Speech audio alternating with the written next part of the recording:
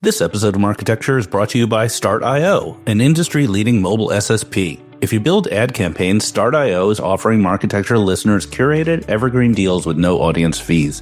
Visit www.start.io/no-fees to activate today. That's www.start.io/no-fees.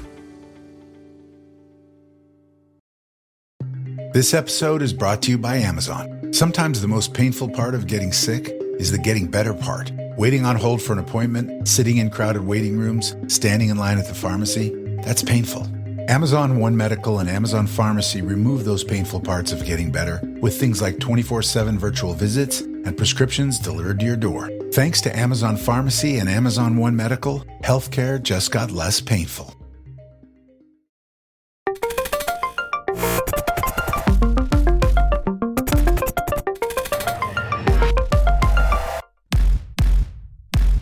All right, welcome to the Marketecture podcast. We have a special episode today because of the Vistar-TMobile deal. We're not calling it an emergency pod, but it's a topical pod. So, Eric, we're joined today by Tim Rowe from Out of Home Insider, OOH Insider. You should get this newsletter podcast. He's been a previous guest, friend of the pod, expert on out of home. So we're going to kind of go through this deal and see what we think the pros, cons, rationale, pricing is. Eric, is there anything in particular you want to hear about? Yeah, I'm excited to dive in. I mean, as I've learned in life, it's helpful to have a guy, right? I got a guy to fix my car. I got a guy to take care of the HVAC. We have a guy. His name is Tim. He's an out-of-home expert. So getting his analysis, I think he understands Vistar quite well. He has a view into, what can be in terms of what could T-Mobile do with this asset. Is going to be a fun conversation. And he's just great. He's just one of the best conversationalists. So I'm looking forward to it. Yeah, me too. So this week, big news. We announced the agenda and speakers from Architecture Live. That is our event that's taking place in New York on March 17th. It is going to be fun. So the theme of the event, we originally were focused on identity. Then we realized there were bigger problems out there in the world. The entire media landscape is in chaos right now between changes in consumer behavior, AI, identity, etc. So we actually changed the theme of the event to chaos. And maybe that isn't, a typical theme, but we like it. So this event has amazing speakers talking about AI, identity. We have Perplexity on stage talking about their advertising program. We have folks from Progressive Insurance, from Hershey's, talking about how brands are handling some of these issues. And we have an AI startup showcase where we're going to do very brief, 2 or 3 minute pitches from companies you may have never heard of, but are innovative and are on Eric's radar. And Brett Wilson, the former founder of T-Mobile, who's now a venture capitalist, he also is curating a bunch of startups. So it should be super interesting. Call to action. You should go to marketecturelive.com and register. This podcast comes out on Fridays. The deadline is Friday. So you need to do it right now. You need to actually pause the podcast, go to marketecturelive.com, register, and you'll get your discount, early bird discount. Otherwise, you pay more starting tomorrow. The second call to action, if you are a really innovative, early stage, especially AI startup, and you're interested in being part of the Startup Showcase, you can email me at info@marketecture.tv, and I will forward it to the appropriate parties. And there's no cost to that. That's just something we want to do. Are you excited about Marketecture Live, Eric? Of course I'm excited about Marketecture Live. I can't wait to hear from Taz at Perplexity. I've known Taz for a long time. Oh, have you? What a job. Yeah. That's going to be neat. Having brands on stage is always insightful. Startup Showcase, spending some time with Brett is going to be great. And then we're going to do a live pod at the end, right? We are doing a live pod. So that should be exciting. And we probably have some more guests that we'll be announcing over the next coming weeks. So check out the agenda. There's a lot of really good stuff there. And of course, if you're interested in sponsoring, also feel free to reach out. We're happy to hear from it. We have some great sponsors lined up, but there's still availability. So with that very long plug, let's go for it. Let's have Tim on here to talk about Vistar-TMobile. All right, let's talk Vistar-TMobile. Tim, thanks for being here. Thanks so much for having me back, gentlemen. It's good to be here and exciting to talk about digital out-of-home news. Yeah, I mean, who was excited about digital out-of-home before Monday? You right. And yeah, people really liked the last time you were on the show. I don't know, it was a couple months ago, but that was probably the last time anyone thought about digital out-of-home until this week. Well, that's good And now company to everybody's keep. an expert. Everybody's an expert. And my man Tim is the expert. We got him. We got Tim. Tell us what does it mean, man? For those living under a rock, T-Mobile acquired Vistar, which is probably the most well-known ad tech company in the digital out-of-home space. Was $600 million reported price. And what does it mean? Tim, give us your hot take. Just let's start it there. So what does it mean? I thought a lot about this in preparing for today's conversation. Initially, I thought this is T-Mobile's way of creating a defensible moat around some of the investments that they already have going on. Obviously, Eric, the acquisition of Octopus was 2 years ago almost now at this point. Yeah. They started in the fall of 2023 to make a serious investment and play into retail media. I know that they were having large conversations about the hardware associated with that, and actually got to spend some time with the T-Mobile ad sales team last February at their sales kickoff, and we talked about things like first-party data and connectivity. And what was interesting was when we talked about first-party data, there was obviously the privacy limitation between sharing the actual T-Mobile user data with an ad application. But one of the exciting things that the team shared then was how they were starting to pilot the T-Mobile, and this was one of the notes here I see in prepping, they started to pilot T-Mobile connectivity to power the digital signage infrastructure. And that stood out as interesting. And I think that that's one of the interesting details on this deal is Vistar, because none of this existed, Vistar created an SSP, a DSP, and the hardware themselves. So I think that T-Mobile might be looking at it from a few different angles. Obviously, the plug into the install base of advertiser of Vistar, but then also there's a huge ecosystem of hardware that needs connectivity to deliver ads. Yeah, I think unit economics are a big part of this. But before we dive into that, let's do some refreshers for those of us, for the listeners who aren't experts at digital home. 99% of the listeners. What was Octopus? What is Octopus?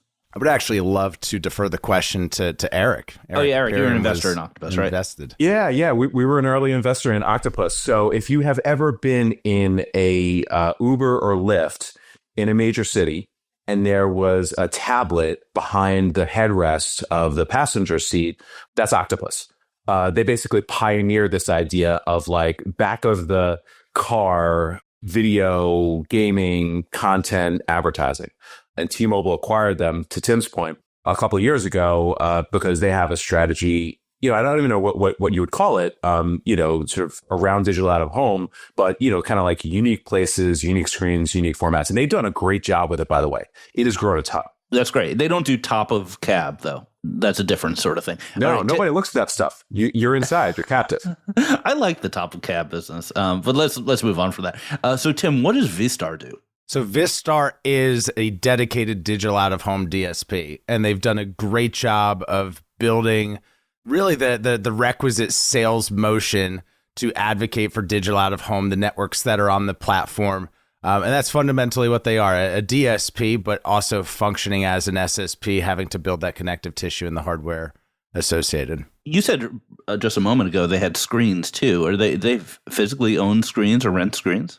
They don't own any screens. It's rather the networks, the publishers plugging into to create the supply available on the platform. Right. So you have a retail location. They have a screen that's provided by another party, and that also is monetized by another party. It's an ad network, for lack of a better word. And then Vistar's buying into that. Now, does Vistar also have an SSP, or is it only like an SSP to the extent their DSP can bid? That's a good question. I believe it's to the extent that their DSP can bid, but I would let the audience correct me if that's incorrect. Yeah, I kind of think that a DSP, like a Trade Desk or Media Math type DSP, can buy from Vistar, but probably, this has always been a very small amount of volume.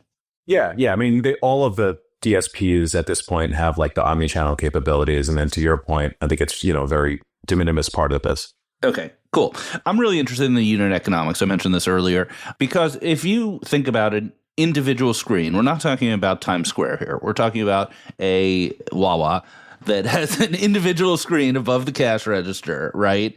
The return on investment of that screen is largely a function of the cost of the screen, physical cost. How much does it cost to buy the screen, the installation cost, because someone has to go in there, turn it on, screw it in, the bandwidth to receive the content and the ads, a mixture of fixed and variable costs, right? And all those, and the maintenance, it breaks, it goes down, someone has to come out and check it out.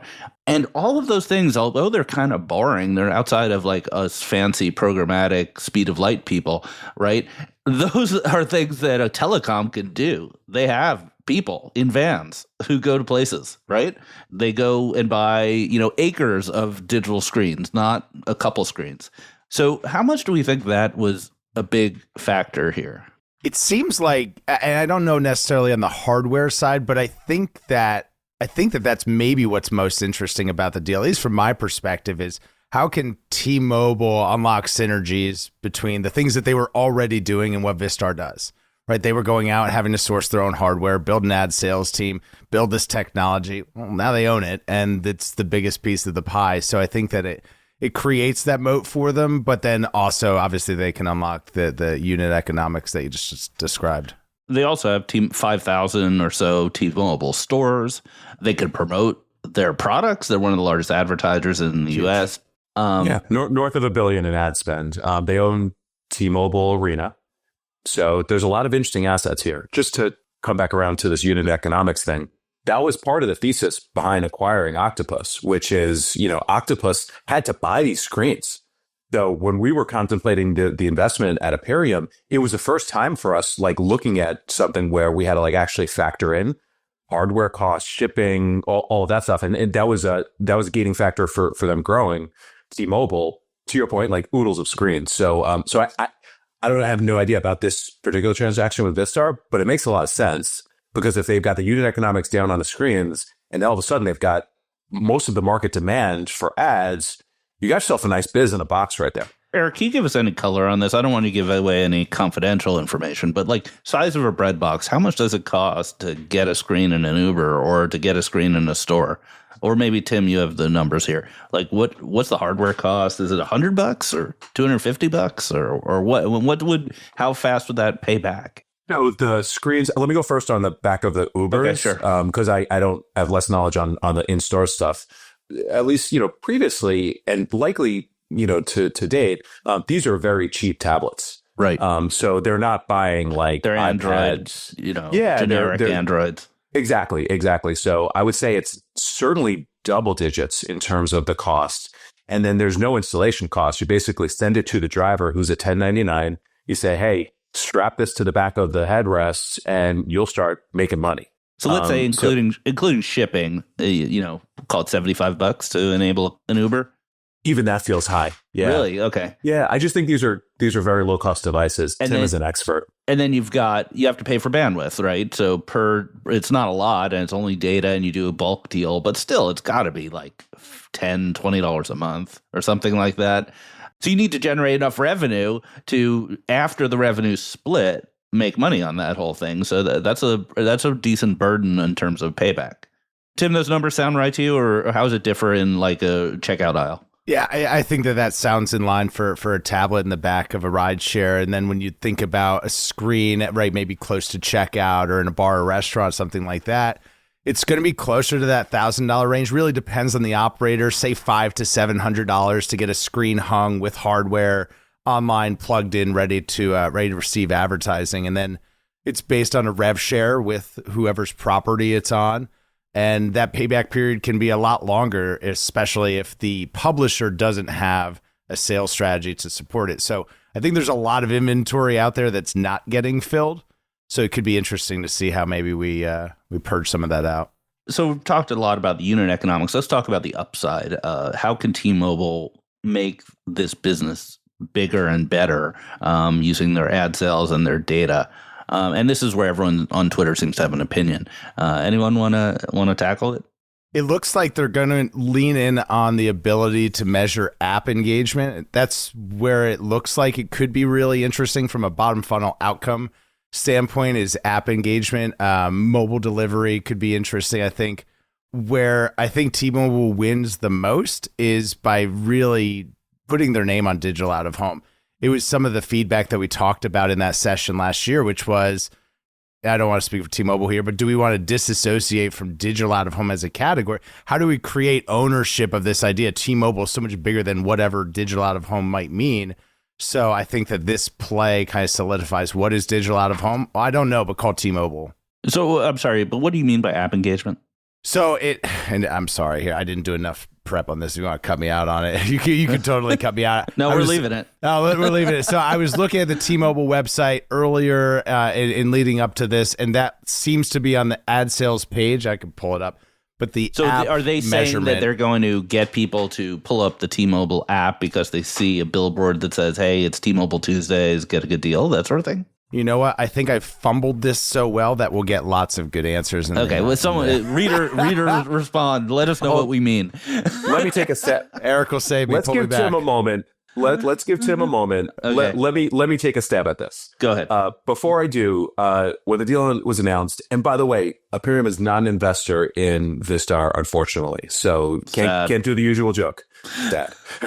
I'm not either, which seems remarkable. I gave some thoughts on this, and one of which was around this idea of using T-Mobile data to help infuse out of home in an interesting way. I got some pushback from folks on X about this, basically saying like that was a big thesis behind some of the Verizon acquisition, some of the AOL acquisitions, and they were like, if you start getting into the nitty gritty of PII, this stuff is a little bit less easy to do in theory.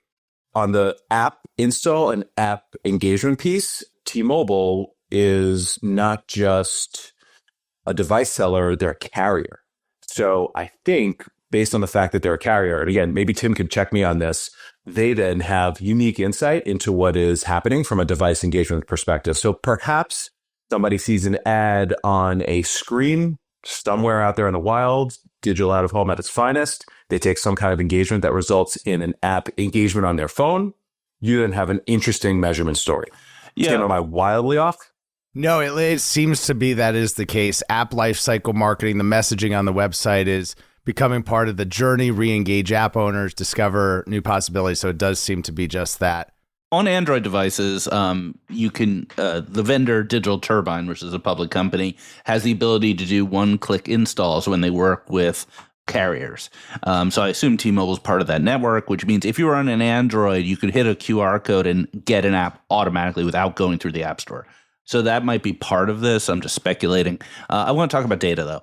So if we go back in time to the early days of the iPhone and Android devices, there was a pretty big security loophole where you could sniff out people's IP address and MAC address and things like that and use it for telemetry and analytics. And there were a bunch of startups that did this. They'd say, like, we could track exactly how many people saw your billboard because we passively look at their Wi-Fi signals and are able to tell. And that loophole was closed pretty tightly by Android and Apple. So as a result, if T-Mobile wanted to do something where they recorded users' behavior versus the billboards, it would certainly have to be opt-in in some way. Certainly on an Apple device, it would have to be. So I would love more feedback on that. If it's possible on Android for a carrier to just track the user individually versus their location without explicit consent, maybe it is possible for the carrier. They can triangulate by the cell towers, right? But that's maybe not precise enough for billboard attribution. One thing I do think they can do is non-individualized traffic patterns, like how many gross T-Mobile visitors were in the store. I think that's very possible to do without any privacy issues and with quite a bit of data. Tim, did what I just say make sense, or am I off on some of that? It does, and I think that would be an exciting future state. Some of really what exists today is a little bit more rudimentary than that.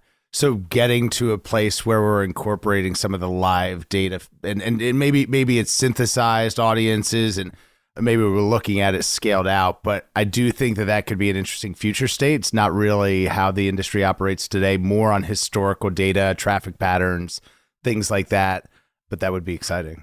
Yeah, I mean, certainly it's a better approach than an independent out-of-home company renting this data from data brokers. Yes. You know, even if T-Mobile only has a small amount of market share in the overall telecom market, having a pure signal on that percentage of users and then extrapolating is a much better approach than what's currently out there. Absolutely. And again, from the source of truth of T-Mobile, the digital out-of-home DSP, I think that that's such a big piece of the story is just an absence of trust because of the fragmentation. So it's multivariate. What is digital out-of-home? You've got publicly traded publishers who we know, love, and trust, and that's lumped into the same inventory pool as maybe an independent operator who's got 100 screens in a region that isn't really relevant. So I think normalizing and standardizing that's going to be a big piece of this. Yeah, and I think you're begging the next question, which is the history of telecoms and ad tech isn't good. So, the haters came out immediately being like, oh, yeah, that's a summary of what they said. So I think the question is T-Mobile in this to win this, or is this another sort of dilettante approach to ad tech? I think that they're in it to win it. I think that they see a lot of ways to make money out of the deal. Maybe this is the hot take. I think that the digital out-of-home advertising piece may be the least interesting piece of this for T-Mobile, but maybe too soon to say that. So I think the T-Mobile wins. Thinking about other telco in ad tech, AT&T and DirecTV. DirecTV just announced DirecTV Remote, which someone's got to think about the SEO. That's their new digital out-of-home platform. But if you search DirecTV Remote, obviously what are the search? So no one thought through that. At least I don't think so. Wait, what is DirecTV Remote? So it's their digital out-of-home network. It's mainly venue entertainment based. They just announced this a couple of days ago. DirecTV announcing remote footprint in hotels, planes, and small businesses. So DirecTV obviously was pretty tied in with AT&T for the last decade. AT&T got out of that business, and simultaneous to that, DirecTV leans all the way in on digital out-of-home. So I think that's interesting. Verizon and Catalina have had a long-standing partnership. Could that mean something in the in-store retail media space? Maybe, but I don't think we've seen anything yet from anyone in a meaningful way. So, I mean, it makes sense as the same sort of synergy. Go ahead, Eric. You don't spend $600 million if you're not taking this seriously. Index to the market, right? 600 million is on the high end of ad tech acquisitions historically, right? Like the sort of kind of range is 150 to 500, right? So you're indexed to the high end. And then, T-Mobile is a massive company, right? It's a little bit of kind of couch change for them, but still on an absolute basis, this is a lot of money. And I think that there's a real opportunity in this concept of just redefining out of home, perhaps. And, it's about screens, right? It's the screen in your pocket. It's the screen outdoors. It's the screen in the back of the car. And that's, I think, ownable for T-Mobile. So I'm excited about this. I'm really excited. What about the multiple? We don't know what Vistar's revenue is, but 600 seems like a pretty big number. I don't know. Is this a rich valuation? I mean, there's been so little digital out-of-home acquisitions. It's kind of hard to say. Tim, any thoughts on that?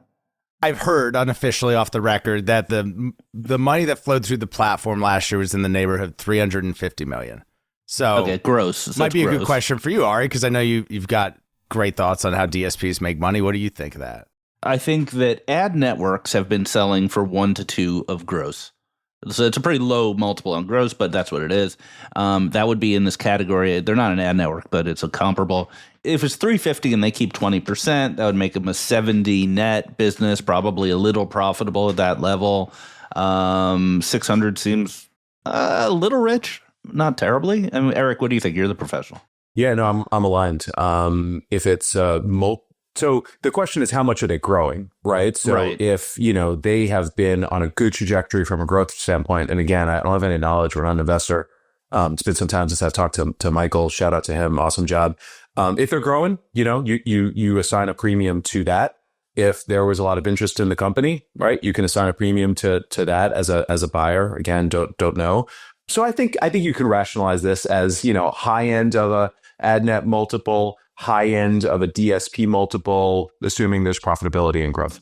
Yeah, the one thing I will say is they were been looking for an exit for a long time. I've heard rumors for years about like them getting to the church and then not getting married a couple times. But I don't know any of the details. I just have heard that. Well, congratulations to Michael and the whole team. This is a great deal. M&A's back, baby. And I think we're going to talk about that. So we're going to come back with the news of the week. We have more M&A with Trade Desk and M-Particle and others, a lot of retail media and some other good stuff. Google maybe starting to show some cracks. So we'll be back. All right. This episode of Architecture is brought to you by Start.io, an industry-leading mobile SSP. If you build ad campaigns, Start.io is offering Architecture listeners curated evergreen deals with no audience fees. Visit www.start.io/no fees to activate today. That's www.start.io/no fees. And we're back. As Ari said, it's a big week for M&A. You may not like it, but this is what peak performance looks like, ladies and gentlemen. Huge M&A week. So we had Vistar Media on Monday. On Wednesday, the Trade Desk announced the acquisition of the metadata startup Sincera. Sincera was a investment of ours at the fund. Sincera, I believe, Ari, you were a personal investor too, as well as an advisor, and I helped them with their marketing. I'm like really into this company. They were the 2023 Marketecture Startup of the Year. We know how to pick them. Absolutely. And what an awesome deal. Okay, a couple things to talk about this. So for those who don't know Sincera, Sincera is a metadata startup. They have all sorts of interesting data that they observe, which is then utilized by ad tech companies to either inform their data or build products. Sincera's data was used by TTD last year in a lot of different ways, but I think most notably to build the SP500 Plus. They had a deal with IAS, and they were the data behind their MFA product, their quality attention product. Like, it's an awesome company. And I think it was a very strategic acquisition for TTD, just given where they're going from a quality perspective. And man, could not be a better team to pick up for TTD. This is only the second acquisition TTD has ever done. There was a third rumor acquisition that was an acqui-hire that apparently is buried so far that we'll never see it. So TT has not been very acquisitive. So it would be interesting to talk about, does this signal a change for TTD, or is this just so squarely we have to own this thing that, be business as usual? Yeah, this is I have a lot of hot takes here. The famously Amazon says, your margin is our opportunity. And the Trade Desk is your ad tech tax is our opportunity. So in the past 18 months, they have been attacking the SSPs with OpenPath and slowly taking that margin for themselves, reducing the total take rate while increasing their volume. This move is a absolute death blow to IAS and Double Verify. IAS and Double Verify have very crude ways of measuring the web, the idea of brand safety based on keywords, the idea of MFA, the ways they do these things are just not very intelligent. And not only are they not intelligent, but they're hard bundled. So the customer just gets a true false signal or maybe a percentage signal. They don't have any control. The Trade Desk is buying the world's best and only map of the internet, the open internet. They have every single detail about how the ad stack works, and they can make that into products that do MFA, brand safety, viewability, everything else, just vastly better than the existing incumbents who have multiple billions of dollars of market cap. And they're going to do that. It's going to be better and cheaper and integrated, and, watch out. Mic drop.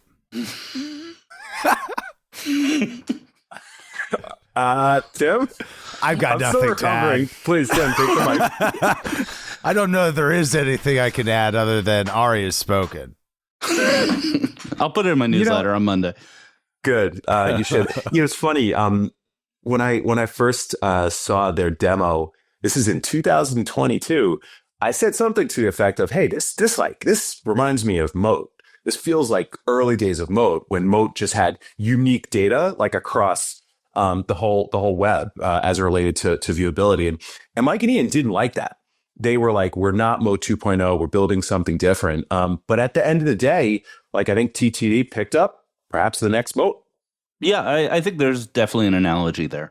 the taboo has always been you can't measure what you also transact, right? So you need independent measurement. I think that taboo has some validity, especially when it's a currency like the Nielsen measurement.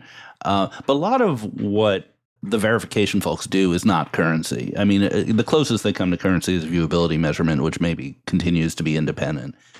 So a good example, and Michael talks about this, is like the question of what is an MFA site. So an MFA site, some people will say everything's MFA because it has advertising. Sure. Okay, great. But there are certain factors that you can measure to make it a judgment about MFA. The number of ads on the page, the ratio of ads to content, how often the ads refresh. There's like 5 or 6 or maybe 10 variables that go into a determination of MFA. So let's just put it 2 ways. On the one hand, you could pay an outside vendor to take all those signals and just tell you, yes, no, MFA, not MFA, and then blacklist the MFA. On the other hand, you could give each agency the opportunity to take those signals and build their own model to say what they think MFA is, or maybe to have a sliding scale of how much they're willing to bid based on some of those variables. It seems like that second approach is the better approach and kind of the way a lot of things in advertising have been headed. So I'm really excited about this acquisition. I still don't know what the price is, though. You don't know what the price is, do you, Eric? No comment. Final word on this, because I think you bring up really good points around TCD having DV and IES in their sites. Ryan Barwick from Morning Brew, who is awesome, shout out to Ryan, he asks TTD, like, what does this mean from other companies using Sincera data? And what the answer was: hi Ryan, we won't stop working with ad tech companies, we will evolve the way we work with them. I think that's interesting because the other question is, with Sincera, do you continue to work with DV and IES? And obviously it's a customer's decision, so the customers will kind of always weigh out there. But that's the real question here. And I think all this is going to be to be determined. I'm going to say one other thing, which is someone pinged me like, if Sincera is shutting down its data feeds to these other companies, which we don't know if they are or not, wouldn't it be a great time to start a new Sincera? And my answer to that is literally no one on earth besides Michael and Ian could have created this company. I couldn't. There's just no way. These guys understand this topic better than anyone. Maybe a handful of people on the earth could create Sincera's data set. So if you're one of those people, ask Eric for a funding round because it would be a great business. But yeah, it's impossible. If you're out there, my DMs are open, and we got a spot for you on the stage in March if you're using AI. We'll talk about that later. Yeah. Anyway, let's go on. Second big deal of the week: mParticle is, I guess, acquired by Rokt. So Rokt, if you're not familiar with it, very cool company. They have basically built a retail media network, retail media business, monetizing the post-transaction. So if you've ever bought something on a D2C brand or basically anywhere and you start getting, very relevant offers based on what you just bought, Rokt is the company behind that. It's strangely sort of kind of positioned by Rokt as a merger, by MK, shout out to MK, Michael Katz as an acquisition. Ari, sounds like you might have a little bit of insight on this one. I was just DMing with Michael. So it was announced as a $300 investment and merger, and he said it was just confusing language. It's a $250 million acquisition with another $50 in investment in the mParticle product. So they're going to operate the two as sort of separate companies within Rokt, but it is an acquisition. And, shout out to Naz for his great investment. So one of the angel investors in mParticle, Naz, sorry. So give him that.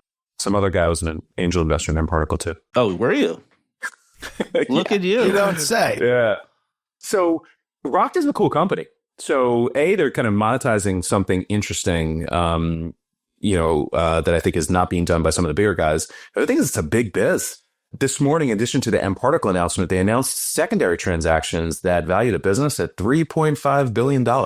Yeah, so this is like big biz. I had never heard of this company. I went to their website and checked it out. I'm not as plugged in as you are. Their website doesn't make any sense. It's all about e-commerce transactions, but then they give actual examples and it makes sense, which is like you take an Uber and then it recommends a restaurant kind of thing. That Uber's probably not a client of theirs, but that's the basic idea. Or, financing of offers. They offer you a credit card after you buy a travel ticket, that sort of thing. So it makes a ton of sense. I'm curious, Eric, your thoughts on, with all the M&A happening and consolidation at large, the companies that are interesting to you. What problems are they solving? Like where are startups standing out? That's a great question. I think there's still a ton to be done in the markets that we know are great markets right now. So commerce media, CTV, targeting in an age of privacy, right? These are very obvious, but I also think these are markets that are continuing to be very interesting. Where I want to see startups building, and again, we're dedicating stage time to this at the Marketecture event, is just shaking every part of this thing up with AI. There's still so much to be done because, as we know, through our own personal habits, we're interacting with LLMs in new and unique ways. And the advertising opportunity is, still yet ahead. And, if you look at a new form of consumer interaction, something that is probably bigger than the internet in terms of how it's going to shape things, that is just, immense and huge. And we're excited about that. So that's where I'd love to see more startups dive in it. Makes sense. To give a thought on the Rock deal, I think that as digital out of home matures, certainly having the same sort of messaging, the connected experience of online and offline, seeing the brands that maybe you are seeing after purchase on a digital out of home screen makes a lot of sense. I think that efficiency overall is the long-term play. Yeah, totally. Okay. All right. That was a lot on M&A. Folks, maybe give us a break next week. This was pretty intense. There's a lot to do. Let's just chill, come back later in the month. All right. Let's talk about retail media. Speaking of. So last week, while we were at CES, Amazon dropped kind of a bomb with this new product announcement. So basically letting other retailers use its advertising tools to run sponsored ads across their sites. Kind of a Criteo in a box? Yeah, it seems that way. It's a little confusing because it seems like you have to use Amazon for fulfillment for this to work. Like the ads, I was pretty confused about the announcement as to whether it's pure tech and you can do your own ads and your own fulfillment and your own everything, or whether there was some tie to the Amazon existing retail media network. Maybe I just didn't read it clearly enough. There's a lot of speculation online about this, that big guys are never going to use this. It's all for the small merchants. Maybe it's just a play for Amazon marketplace merchants to have their own websites and to have the same ads on those sites. That would make a lot of sense, sort of a syndication play. I remain a little confused about the details. If I understand it on its surface, it sounds like it's a great option for SMB or mid-market retailers to build an advertising business right away. Not have to build a sales force, not have to worry about the tech, all of that stuff. I would imagine that this becomes a alternative to Criteo and Citrus Ad and some of those I think full solution monetization for the upper end. But I think it makes perfect sense. If you are a large retailer or a large kind of commerce media entrant, generally, handing over the keys to Amazon fully, I don't think you're going to do that. But then again, we've been saying there needs to be some sort of aggregation play for the Wawas of the world. Shout out to Wawa. And this could be the way you get that from a buyer perspective. Either that or we don't understand it. I'll just stick with I don't understand it. Okay. All right, cool. What else we have? We have maybe the first new vertical AdNet, first new RMN of the year launching. Mohegan Sun launched their ad network, and it's being built on LiveRamp. So if you're looking to reach gamblers, we got a place for you. All right. So what does LiveRamp have to do with this? Is just LiveRamp is the data exchange so you can reach these users elsewhere? Yeah. Right. Yeah. All right. Yeah, audience extension play. So reach them on the Mohegan Sun properties, but then also reach them, across the border web. Makes sense. Sure. DoorDash and TTD are partnering similarly on audience extension. Talk about that one, Ari. Yeah, so I think this is a pretty big announcement for the partnership. Once again, press release was really confusing, but what it seems to be is similar to the Walmart TTD deal, where you can use DoorDash's data in TTD to reach the same customers off DoorDash, and then you can also use it for attribution, which is probably a big deal for QSR. So, like, DoorDash is very much like a lot of long tail folks, advertisers that use it, a lot of like little one-off restaurants, they're not going to care about this. But if you're, a QSR company that with hundreds or thousands of locations, the ability to use DoorDash's ad platform, but then also empower your agency with the mid-funnel, upper funnel data to be able to reach those customers. That seems like it's, a really nice, powerful move. I like to say that the Trade Desk is trying to build a walled garden, like brick by brick, whereas someone who has owned and operated properties has a giant data set they can control. Trade Desk doesn't. So they're kind of creating this coalition. They get a little Walmart data, a little DoorDash data, a little Samba TV data, a little, a little bit of this and that. And the more exclusive data plays they have, the more they become like the must buy. Yeah, that makes sense, right? You combine the premium web SP 500 plus combined with, some of this like really, really interesting data. You got your walled garden, you got your third walled garden or fourth. Yeah. Fifth. And then finally, we have an answer to who the next CEO of Criteo is going to be. The CEO of Criteo, incoming CEO, is Michael Kolmasinski, who I believe was previously a Dentsu executive, right? Agency guy, Dentsu. Yeah, agency guy. Any thoughts on that? It's a tough job, man. Very political.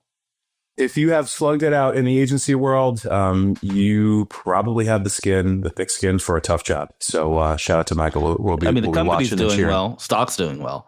Yeah. But still a tough job.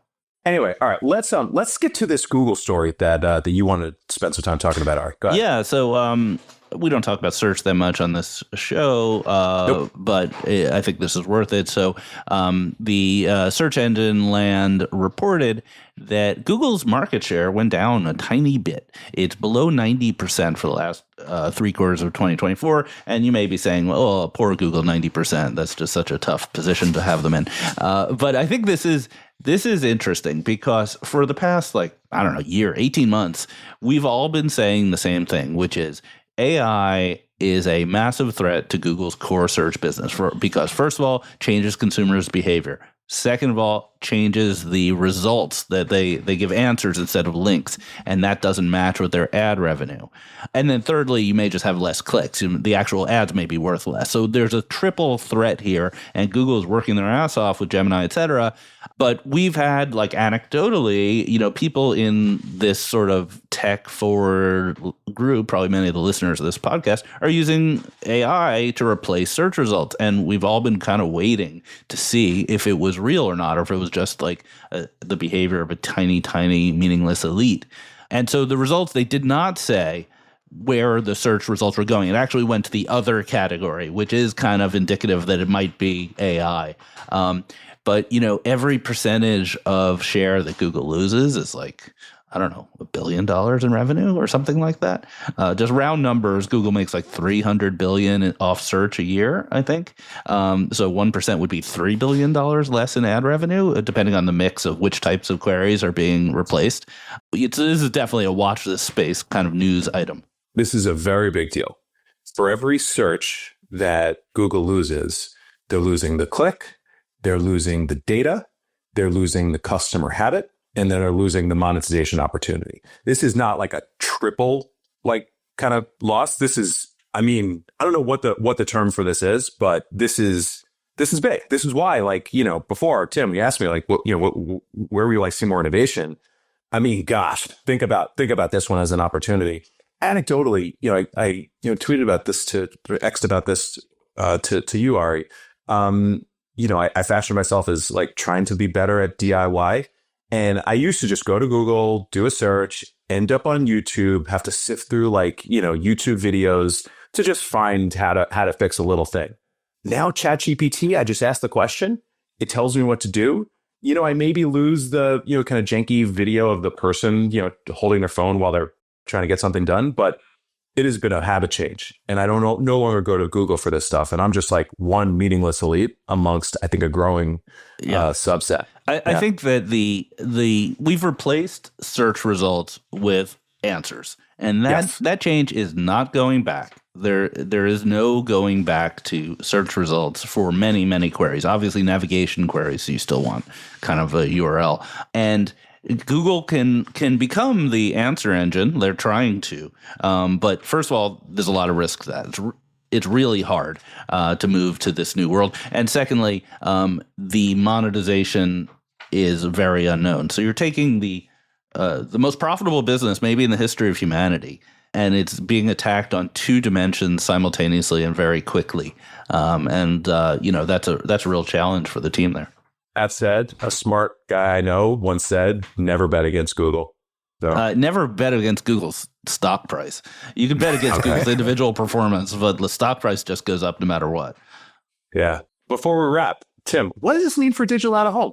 That was a great question. Buy more billboard. You know what? Here's what it means. That billboard on the side of the road that you pass every day going to and from work, nothing's changed about it. Buy more billboards. Is there an AI angle to digital out of home? I would love to tell you yes. I think that there is, probably from a planning and creative standpoint, and there's companies that are leaning in and solving for that. The tech for the industry writ large is just not there. We just don't have the infrastructure to do all of the fun, exciting things I think that our imaginations can come up with. No, but you raise a good point, Tim. If you think back to the Viant AI demo, what they're doing is, building media plans and optimizing media plans. And if digital out of home is shown as a higher performing segment, as we intuitively think it might be for lots of brands, out of home benefits from the AI wave. Yes. So don't count it out. Someone should create Muzak using AI. Muzak has to pay pretty hefty licensing fees, and the world, like the Spotifys of the world, are not willing to have AI-based music for a lot of reasons. But Muzak is a perfect use case for AI. No one cares if they understand the songs; they just want to be pleasantly soothed by the dulcet tones in the wah-wah. So anyone who wants to do I'm making my own music. Yeah, I've been doing that. I've been making AI music for myself. But you got to pipe it into the speakers of your local wah-wah, and then you make money. I'm just going to stand outside with a boombox. Do you know how much money CDs makes? Okay, I think we've beaten that. That was 3 Wawa plugs in one episode. This episode brought to you by Wawa. I have the wrapper from CES, which is very helpful. If I need a sandwich wrapped in my house, I got the Wawa, so I can cosplay as a Wawa customer here. Those of you not watching, I was holding tuna sandwiches to school in Wawa wrappers. All right, Tim, this is awesome. Thank you, man. Anytime there's out of home to talk about, you're our guy. Ari, always a pleasure. Thanks for putting up with all the bad jokes today. No, this is awesome, Tim. Thanks again for me as well. Absolutely. Thank you both. We'll see you again next week, everybody. Thank you for subscribing to Marketecture. New interviews are added every week at marketecture.tv and your favorite podcasting app.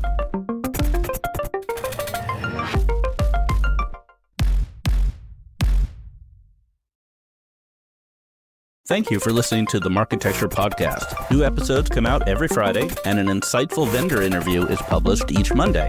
You can subscribe to our library of hundreds of executive interviews at marketecture.tv. You can also sign up for free for our weekly newsletter with my original strategic insights on the week's news at news.marketecture.tv. And if you're feeling social, we operate a vibrant Slack community that you can apply to join at adtechgod.com.